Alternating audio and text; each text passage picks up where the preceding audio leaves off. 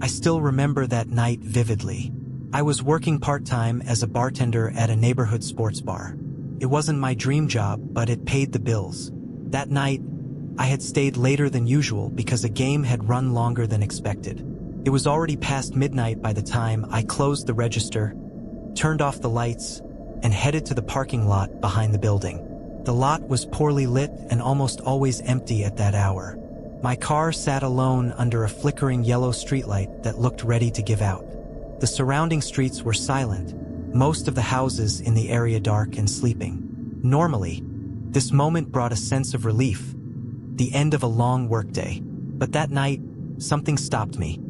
A sedan parked farther back in the lot, in a spot that was usually empty. It was strange to see another car there, especially an older, dusty model like that one. I tried not to think too much about it. Maybe it belonged to a late customer or a neighbor. I got into my car, started the engine with a tired sigh, and reversed out of the spot.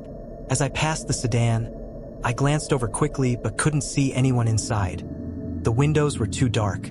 I pulled onto the main street, leaving the bar behind. I wasn't too concerned, but I couldn't shake a slight unease about the odd placement of that car. Then, as I turned onto the next street, I glanced in the rearview mirror and felt my heart skip a beat. The sedan was following me. Its headlights were low but steady, maintaining a consistent distance. Alarm bells went off in my head, and the exhaustion of my shift vanished, replaced by a gnawing sense of dread. The route to my house was short, just a few quiet blocks, and I usually appreciated how quickly I could get home, take a shower, and collapse into bed. But with that car tailing me, every street seemed to stretch endlessly into the dark. The houses were still, no lights or movement to signal that anyone was awake. If something happened to me, who would hear my screams in this sleeping neighborhood? I turned right, hoping the sedan would continue straight. But it didn't. There it was again in my rearview mirror, its headlights fixed on me like a predator's eyes. The unease creeping up my spine was impossible to ignore, and though I tried to convince myself it was a coincidence, every turn I took was mirrored by the sedan. I considered speeding up, but the residential streets were narrow, dotted with speed bumps and poorly lit intersections. Driving too fast could put me in another kind of danger. At the same time, sticking to a slow pace only prolonged my exposure, giving the pursuer every opportunity to keep following. My heart pounded, and my hands were slick with sweat as they gripped the steering wheel. Just hours ago, I had felt safe in this neighborhood. Now it felt like a hostile, empty maze. I kept glancing in the mirror, trying to make out any details about the driver. A face, a silhouette, but saw nothing. Just those relentless headlights. My instincts screamed not to pull into my driveway. The last thing I wanted was to show this stranger where I lived. So I made a split-second decision to take a detour. Instead of turning onto my street, I kept going straight for another block. Maybe I could shake them or at least find a busier, well-lit street or even a 24-hour gas station. The pit in my stomach grew deeper as I extended my route, the neighborhood feeling eerily deserted. At every intersection, I searched for signs of life. A lit-up corner store, a late-night delivery driver, anything. Then I remembered a taxi stand a few blocks ahead. It wasn't particularly close, but if I could make it there, at least I might find someone else awake. I turned left, and the car followed. I turned right, and it did the same. It was a silent chase.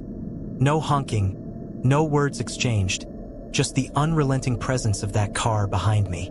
Fear began to blend with anger. Why was this person doing this? What did they want from me? I thought about calling the police, but my phone was in my pocket, and I couldn't risk taking my hands off the wheel. An idea struck me. I could make a quick U-turn at a wider section of the street and face the car head-on. Maybe I could catch a glimpse of the license plate or even the driver's face, or at least throw them off. I took a deep breath, exhaled slowly, and when I found a suitable spot, I hit the brakes and spun the wheel sharply. My tires screeched slightly against the pavement. The sedan, caught off guard, also braked. For a moment, our headlights locked like two pairs of glaring eyes in the dark. I could just make out a shadowy figure behind the wheel, but no distinct features. My heart was racing. Without waiting, I accelerated and headed in the opposite direction. The maneuver didn't deter the sedan, which quickly adjusted and resumed the chase. Panic surged through me. I needed to find safety, fast. Then I remembered a 24-hour supermarket a few blocks away. If I could just get there, I'd be surrounded by bright lights, security cameras, and maybe even some late-night shoppers. With a new sense of urgency, I steered toward the store, praying I wouldn't hit a red light or encounter an obstacle before reaching the brightly lit parking lot. Every second on the way to the supermarket felt like an eternity. The sedan's headlights never wavered in my rearview mirror. But finally, I spotted the neon glow of the store's sign, casting blue and yellow hues across the lot. I turned sharply into the parking area and stopped near the entrance, right under the glaring lights. A security guard in a blue jacket noticed my sudden arrival and stared at me curiously. My chest heaved as I killed the engine and looked back. The sedan had stopped across the street, keeping its distance. Now exposed under the lights, it seemed hesitant. I stayed in my car for a moment watching the sedan. The guard approached, likely wondering why I looked so distressed. Gathering my courage, I stepped out and walked toward the entrance, my eyes never leaving the car. When the guard asked if everything was okay, I explained shakily that someone had been following me. His expression hardened as he glanced at the car. At that moment, the sedan reversed, turned off its headlights, and disappeared around the corner. Relief washed over me, but my heart still pounded.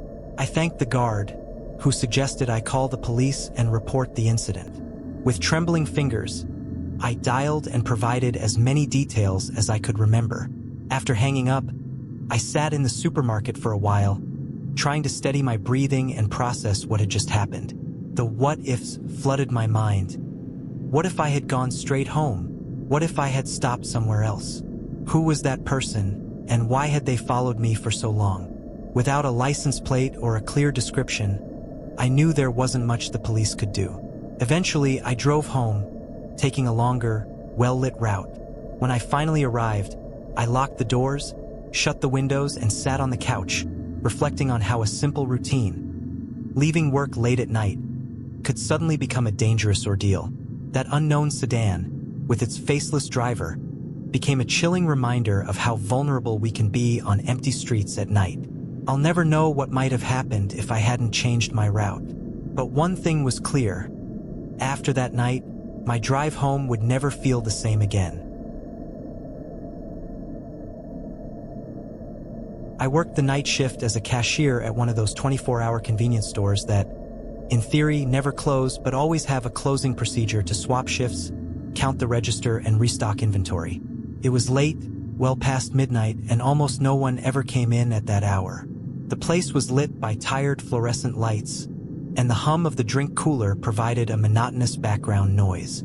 I was going about my routine, straightening up some shelves, checking on the slightly stale chips, when I noticed a man standing near the coffee machine.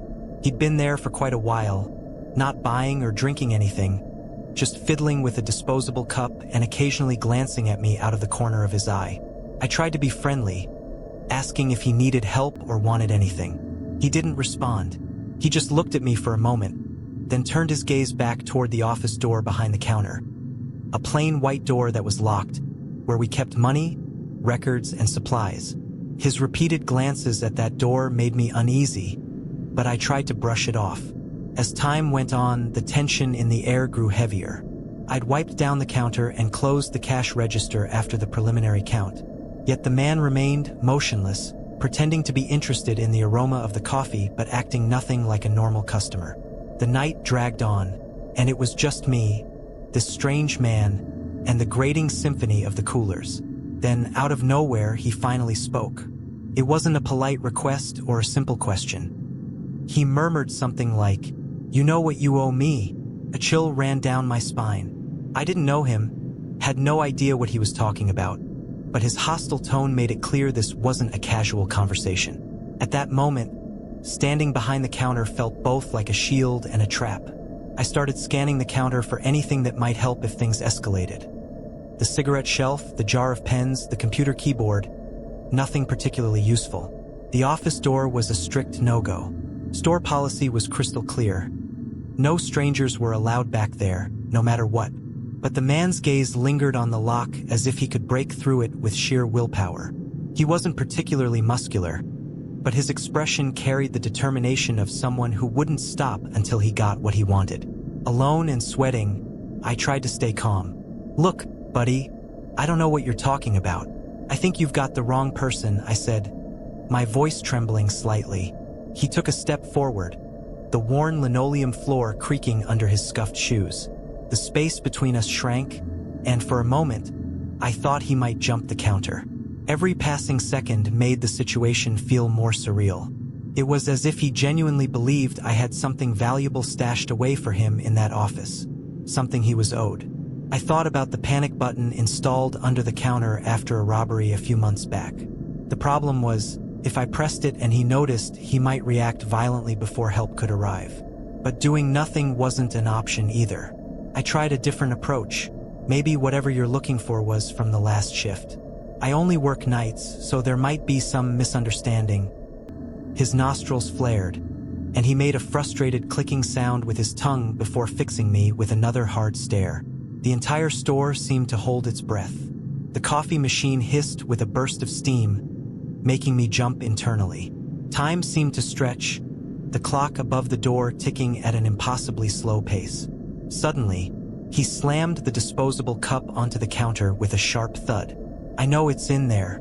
You guys always hide it when you think no one's watching," he growled, his tone accusatory and paranoid. I was still trying to piece together what he could possibly want. Money, a product, something more sinister? It didn't matter. The only thing I knew for sure was that I needed to get out of this situation without provoking him. I thought about pretending to check the office, but that would mean opening the door. A definite no-go. Instead, I tried reasoning with him. "Listen, there's nothing in there but paperwork and some inventory. If you're looking for something specific, I can try to help, but I can't let you in. It's store policy." My voice wavered slightly, but I tried to sound firm. He gritted his teeth and drummed his fingers on the counter. This felt like the tipping point.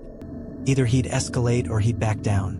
My hand inched closer to the panic button, careful not to draw attention. "Look, this isn't going anywhere," I continued. "If there's some debt or something you think I owe, we can figure it out another way. I can call my manager, or you can come back tomorrow when they're here. But right now, I'm alone, and this isn't good for either of us." He let out a short, humorless laugh and leaned closer over the counter. His breath smelled like stale coffee mixed with something sour, making my stomach churn. I braced myself to press the button, sweat dripping down my temple.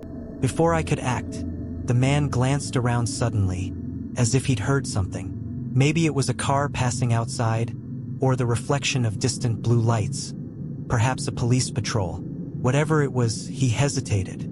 The tension in the air was suffocating, and I silently prayed he would leave. "You're playing dirty," he muttered, pointing a finger at me.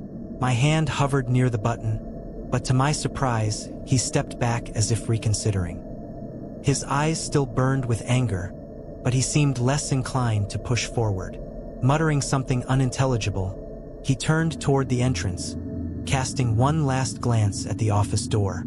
My legs felt weak, but I forced myself to stay upright. I didn't want to show any relief, not while he could still see me. He yanked open the door with a sharp motion, the sensor chime sounding unnaturally loud in the heavy silence, and stepped out into the cold night. I waited a few moments, trying to process what had just happened. My heart was still pounding, and my hand was sticky with sweat. Slowly, I walked to the door and locked it, despite the store's 24-hour policy. Screw the rules, I wasn't letting him back in.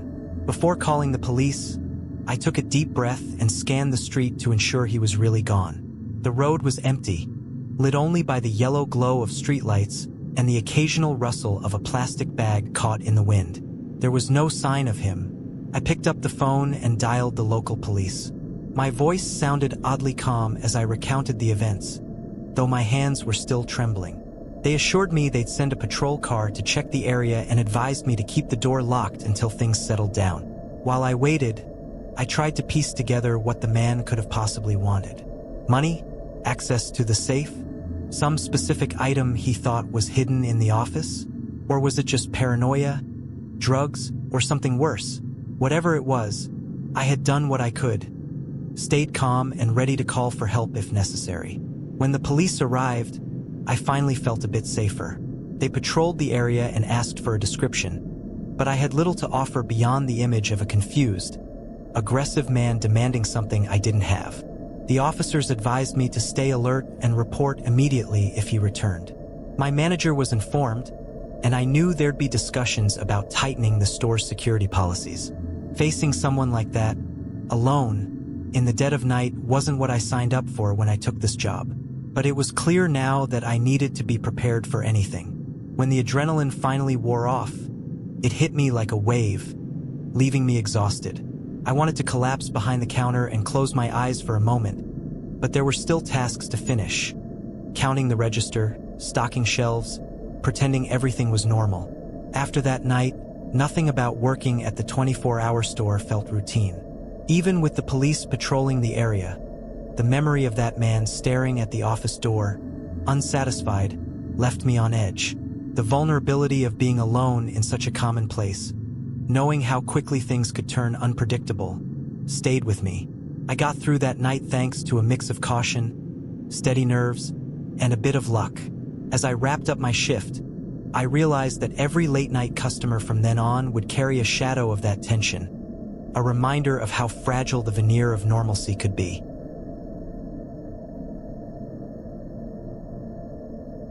Working as a manager at a 24-hour diner isn't for the faint of heart. Between the drunk patrons stumbling in after a night out and the exhausted truck drivers looking for a strong cup of coffee, I'd seen it all, or so I thought.